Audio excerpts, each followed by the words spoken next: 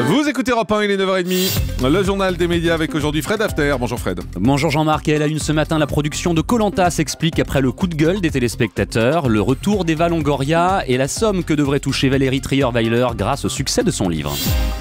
Après avoir diffusé ce qu'on appelle un spoiler, c'est-à-dire un extrait qui révèle la suite des aventures, la production de Koh-Lanta s'explique. À la fin de chaque épisode du jeu de télé-réalité, une courte bande-annonce montre aux téléspectateurs ce à quoi ils doivent s'attendre la semaine suivante. Et vendredi dernier, TF1 a diffusé des images de Sarah qui avait pourtant été éliminée quelques minutes auparavant, en laissant ainsi entendre aux téléspectateurs qu'elle allait revenir. Les fans de l'émission ont immédiatement réagi sur les réseaux sociaux pour reprocher à la chaîne de leur avoir révélé le retour de Sarah trop tôt, cassant ainsi le suspense.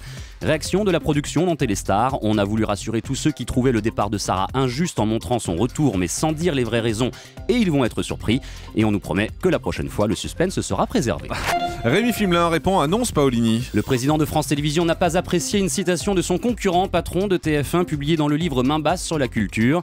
À propos du financement du cinéma français, Paolini estime que le producteur du dernier Astérix a trouvé, je cite, des couillons pour payer 6 millions d'euros de diffusion. Alors sur le site Pure Média, Rémi Fimelin se défend et rappelle les investissements dans le secteur du cinéma effectués par le groupe public. Il insiste sur le fait que France Télévisions n'a pas perdu d'argent en coproduisant Astérix, mais ne répond pas exactement à la question sur le prix d'achat pour la diffusion. Et puis plus de passion, c'est la nouvelle campagne de pub de France 2. Une grande campagne avec plus de 5000 panneaux dans toute la France, pas moins de 16 affiches différentes. Chaque visuel met un programme et son présentateur en avant, et les accroches jouent avec le 2 du logo. Pour l'émission d'Alessandra Sublet à la Tour Eiffel par exemple, c'est Dame de Fer. Pour Télématin, c'est Bande de Lefto. Des affiches et des spots que vous pourrez voir à partir du 30 septembre. Voilà, gare au piratage et au détournement de Bande 2. Un nouveau visage n'en faut pas rêver ce soir sur France 3. Tania Youn, qui présentait l'émission de Grand Reportage, est retournée à ses premières amours. Vous le savez, à la présentation de la météo sur France 2. Elle est donc remplacée à partir de ce soir par Philippe Googler, un nom connu par les téléspectateurs de France 5 où il présente déjà la série documentaire Des trains pas comme les autres. Il nous explique pourquoi il ne pouvait pas refuser la proposition de France 3 au micro européen de Romain Ambro. C'est un cadeau du ciel, vous savez, des fois il y a le ciel et il vous fait un cadeau. Moi quand j'étais ado, je regardais Sylvain Augier dans Faut pas rêver. Faut pas rêver est sans doute une des émissions qui m'a donné envie de faire ce métier. Travailler avec Georges Pernou, c'est juste travailler avec une référence absolue dans l'univers de l'évasion, de la découverte, du voyage. Donc non, il n'y avait pas d'hésitation possible, à mes yeux. Philippe Googler, que l'on retrouve donc ce soir à 20h45 sur France 3. Son premier Faut pas rêver est consacré au Pérou. Sébastien Follin va fêter le 500e numéro d'Harry. Déjà 500, le jeu de réflexion de France 3, diffusé chaque jour à 16h50, proposera une émission spéciale le 22 octobre prochain. Les 4 plus grands champions s'affronteront à cette occasion et l'émission sera tournée dans un tout nouveau décor. Et puis Eva Longoria, bientôt de retour. L'actrice, devenue star grâce à Desperate Housewives, est assez discrète depuis la fin de la série. Vous voulez dire qu'elle bosse pas, quoi, c'est ça? En gros, c'est ça. Ouais, d'accord. C'est discrète. J'aime beaucoup cette expression. Elle est assez discrète en ce moment. Bref, elle a pas de boulot, quoi.